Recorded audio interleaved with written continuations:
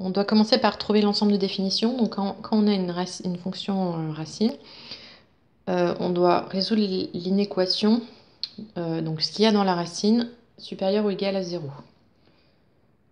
Donc là, moi, je peux passer moins x de l'autre côté, comme ça il devient plus x. Donc du coup, ça fait x inférieur ou égal à 4. Donc du coup, l'ensemble de définition, donc c'est de moins l'infini à 4, et on ferme sur 4 puisque c'est inférieur ou égal à 4. Ensuite, on veut le sens de variation de f.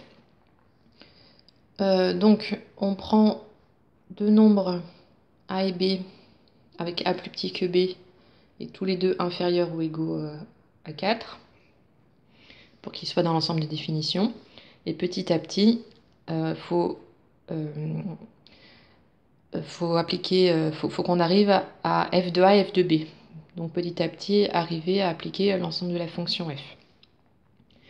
Donc là, dans l'ordre, il faut d'abord multiplier par moins 1 pour avoir moins x, enfin moins a et moins b.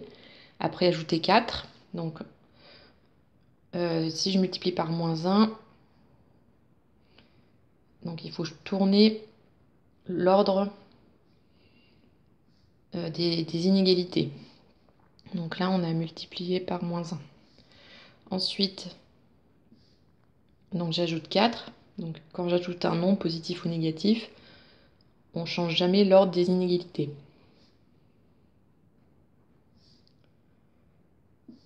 Ensuite, donc, on applique la fonction racine carrée, qui est croissante. Donc du coup, quand on applique une fonction croissante, les images restent dans le même ordre. Donc il ne faut pas tourner le sens de l'inégalité. Et là, on a bien des nombres positifs. On peut vérifier qu'on ne s'était pas trompé dans l'ensemble des définitions. Là, on a bien ces deux nombres-là supérieurs à 0. Donc ils sont bien positifs. Les racines de 0, donc ça fait 0.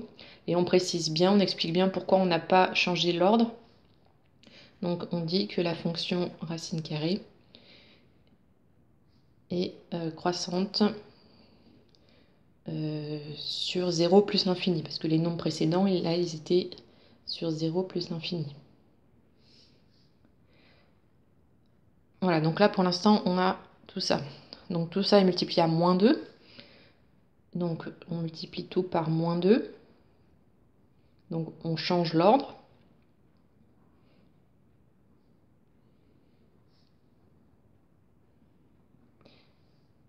Et ensuite, donc il ne reste plus qu'à ajouter 8.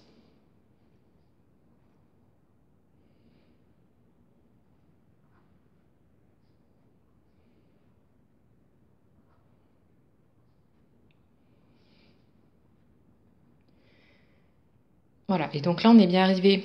Là c'est la même chose avec un a à la place du x, donc c'est f de a qui est inférieur à f de b, inférieur à 0.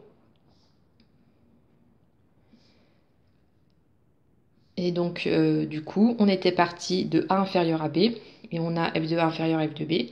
Donc si les images changeaient dans le même ordre que les x du départ, c'est que la fonction est croissante. Si par exemple on a une fonction croissante, si je prends un a plus petit qu'un b, peu importe s'ils sont positifs ou négatifs, comme la fonction est croissante, l'image du a va rester la plus petite, va rester plus petite que l'image du b. Plus le nombre augmente, plus l'image va augmenter aussi. Donc du coup là, on a bien, c'est bien ce qu'on a ici. Si on a a plus petit que b, c'est l'image de a qui reste la plus petite que l'image de b. Donc du coup, ça prouve que f est croissante sur l'ensemble de définitions.